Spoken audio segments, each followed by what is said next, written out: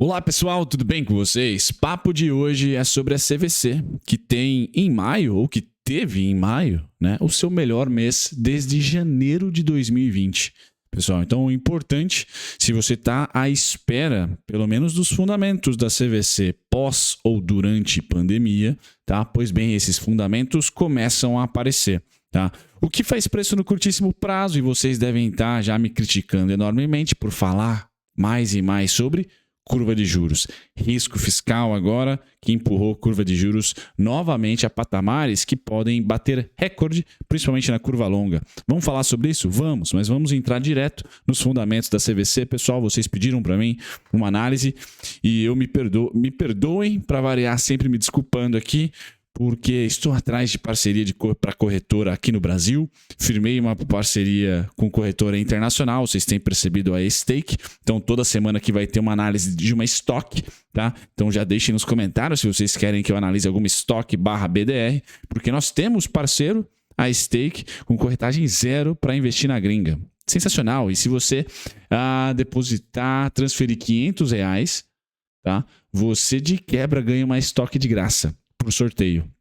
Então, baita parceria, mas aqui no Brasil ainda não consegui. Vamos ver se hoje eu bato o martelo, tá? Vocês estão vendo na telinha que não tem nada a ver com parcerias de clubes dos dividendos, tá? Só chamei a atenção das parcerias porque eu não estou conseguindo responder em vídeos as suas sugestões aí que vocês estão deixando nos comentários. Mas em um tempo normal, quando as coisas normalizarem, eu responderei, tá?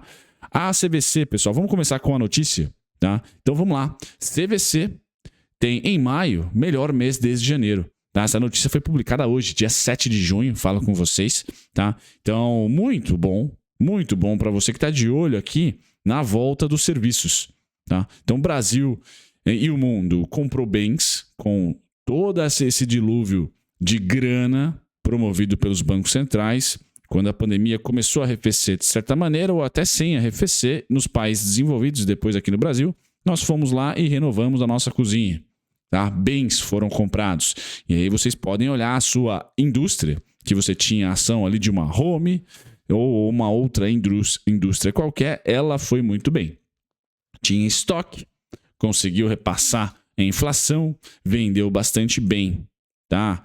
De repente, esses bens foram sendo substituídos por serviços. Tá? Hoje, os Estados Unidos, por exemplo, que está um pouquinho à frente da gente em termos de consumo, né, já sofre de uma inflação bem forte concentrada em serviços. Tá? E a gente deve também, logo mais, logo menos, ter ali uma concentração muito forte e até uma força econômica concentrada em serviços, enquanto que a indústria, por isso que eu falei para vocês e falo, né, que 2022 é short em industrials, né, o setor de indústria deve sofrer, porque agora a produção vem com a inflação e não necessariamente consegue repassar fácil essa inflação, tá? E os serviços tendem a performar com mais demanda. Isso é ciclo econômico, ou ali aquela parte não muito lógica, comportamental da economia, né? Estamos agora numa era de serviços e a gente vai ter notícias boas, no meu ponto de vista, de CVC, tá? Boas em fundamentos, tá? Então a gente olha para a foto, horrível, né? De 2019 para cá, pessoal, horrível, tá? E eu sempre falho, né, pessoal? Esses dados aqui bonitinhos e coloridos eu pego do fundamentei.com, tá? É o site que eu mais utilizo aí para a parte fundamentalista, tá? O Edu, que é dono do site, me puxou a orelha aqui, que muitas vezes eu não dou a devida fonte, né? Eu sempre deixo as fontes aqui embaixo, né? Que são os sites que eu mais utilizo, pessoal. E o Fundamentei tá aqui embaixo, vocês não estão vendo, né? O Fundamentei tá aqui, ó. Tá? Mas eu vou caprichar, certo? Para deixar sempre claro para vocês aonde eu pego, além do RI. Tá? Da B13 e do RI. Mas como é bonitinho esses recortes, esse aqui é RI, por exemplo, tá? Onde mostra em números, tá? A melhora do primeiro TRI de 2021 em relação a 2022. Então vejam aqui, tá? Em bilhões de reservas confirmadas, só no primeiro TRI de 2022, 2,8 bi. Tá? Ela é dominante, pessoal, aqui no Brasil. Se a gente voltar para o primeiro TRI de 2021, 1,7. Então é um crescimento aí de 1 bi. Tá, mas dá uma animada, né? E lembrando, o segundo semestre é sempre mais colorido para a CVC, setor de serviços e até para o setor imobiliário também. Tá? O segundo semestre tende a aquecer mais a economia. Tá? Então a gente cria uma expectativa que os fundamentos da CVC, ou seja, não vai quebrar. Para quem achou que ia quebrar, tá? A gente tende a acreditar que não vai, tá? Os fundamentos vão retornar rápido, tá? Até mais rápido do que a gente estava projetando aí para pós 2023. O que faz preço, pessoal, infelizmente não é nada disso que eu falei agora. Pelo menos na minha opinião não é. Tá? O que faz preço é curva de juros. Então vocês estão... Ontem foi anunciado aí medidas para combater a inflação dos combustíveis, tá? No curto prazo é muito bom, tá? A gente espera de fato...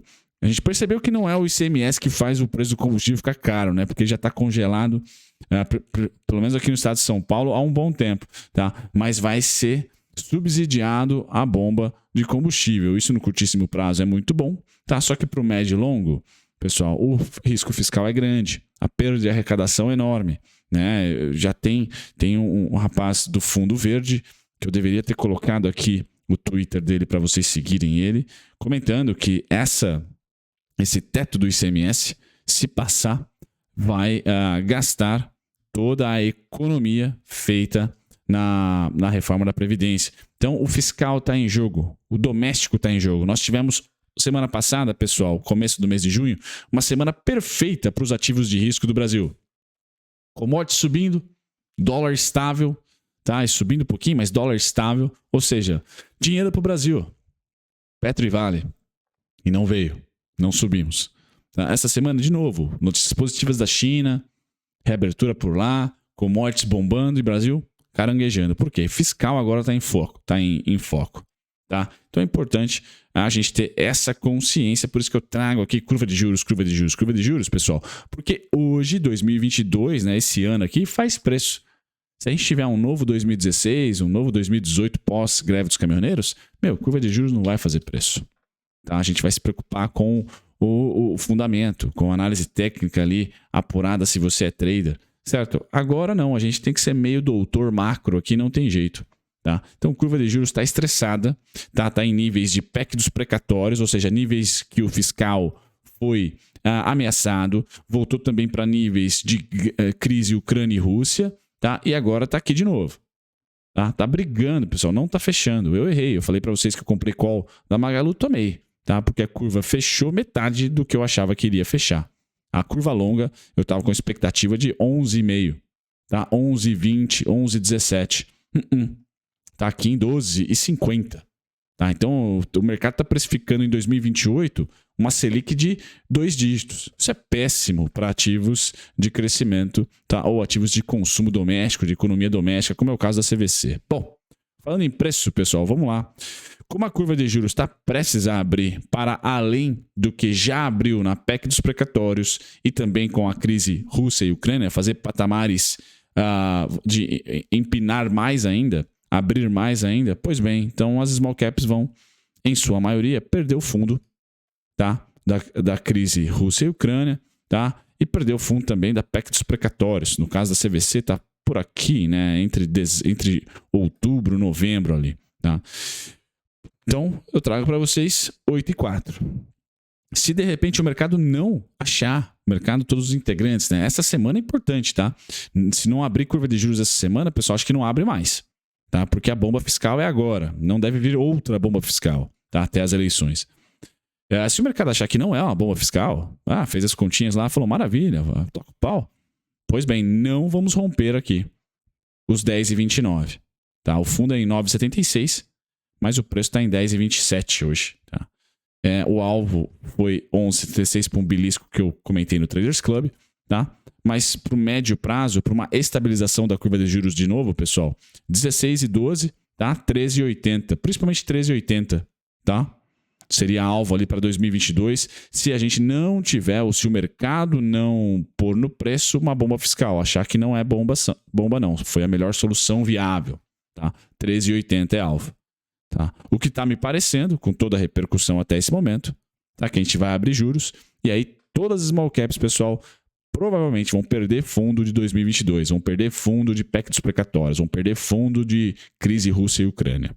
Tá? Pela expectativa de um CDI ainda mais salgado por mais tempo para cobrir esse risco Brasil fiscal. Certo, pessoal? É isso. Tá? Para o longo prazo, pessoal, CVC 21,57. Se ela não distribuir dividendos, é lá. Tá? O equilíbrio está lá após a crise de 2020. Tá? Então, até que ela consiga se recuperar nos fundamentos, acho que vai ser mais rápido do que a curva de juros. Tá? Então, os fundamentos devem se estabilizar, o que é bom para você de longo prazo, ou seja, você está comprando algo descontado que tem fundamentos. Só o momento macroeconômico que não é favorável. Então, faz sentido comprar. Tá? 8,4, terrível. 21,57 é aonde eu teria preço teto, margem de segurança, pensando na ótica do holder aí. Tá? Em um contexto pós-2020. Certo, pessoal? É isso. Essa foi a análise da CVC. Espero ter ajudado você que é holder, você que é trader, um pouquinho de ambos. E opinião também, né? Um grande abraço. Tchau, tchau.